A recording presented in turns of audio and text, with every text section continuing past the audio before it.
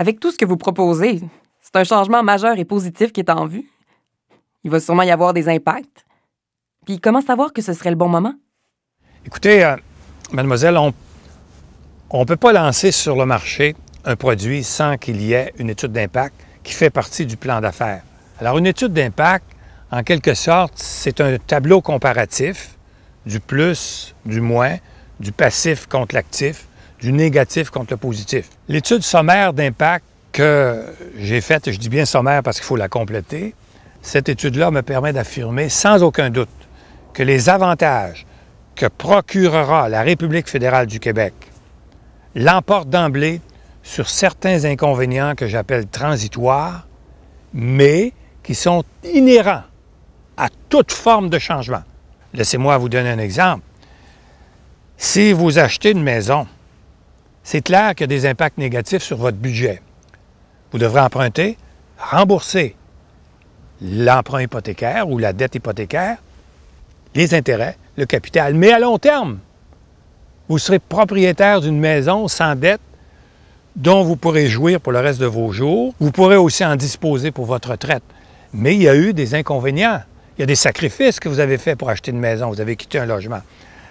Alors, certains disent non, j'ai peur du changement. Il ne faut pas avoir peur du changement. Laissez-moi vous donner un petit conseil avec mon âge. Il ne faut jamais avoir peur du changement. Pourquoi? Parce qu'une société, comme un individu, mademoiselle, ne peut pas s'améliorer, ne peut pas progresser s'il n'accepte pas les risques du changement.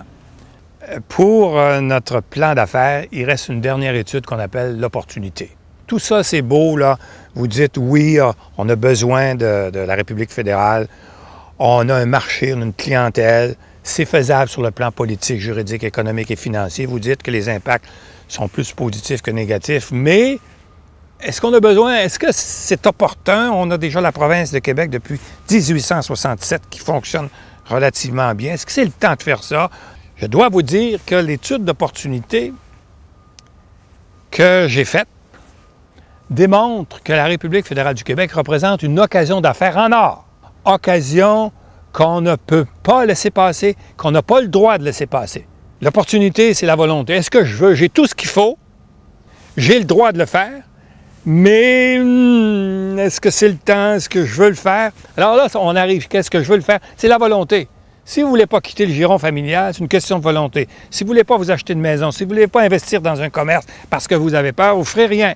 Moi, j'ai confiance que la République verra le jour avec les États régionaux grâce à des femmes et à des hommes compétents dans toutes les régions du Québec. Ces femmes et ces hommes n'hésiteront pas à saisir cette opportunité unique de créer les États autonomes unis et fédérés au sein de la République fédérale du Québec.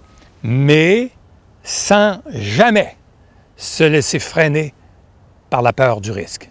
C'est ça, l'opportunité. Il y a des risques, mais on n'a pas peur du risque.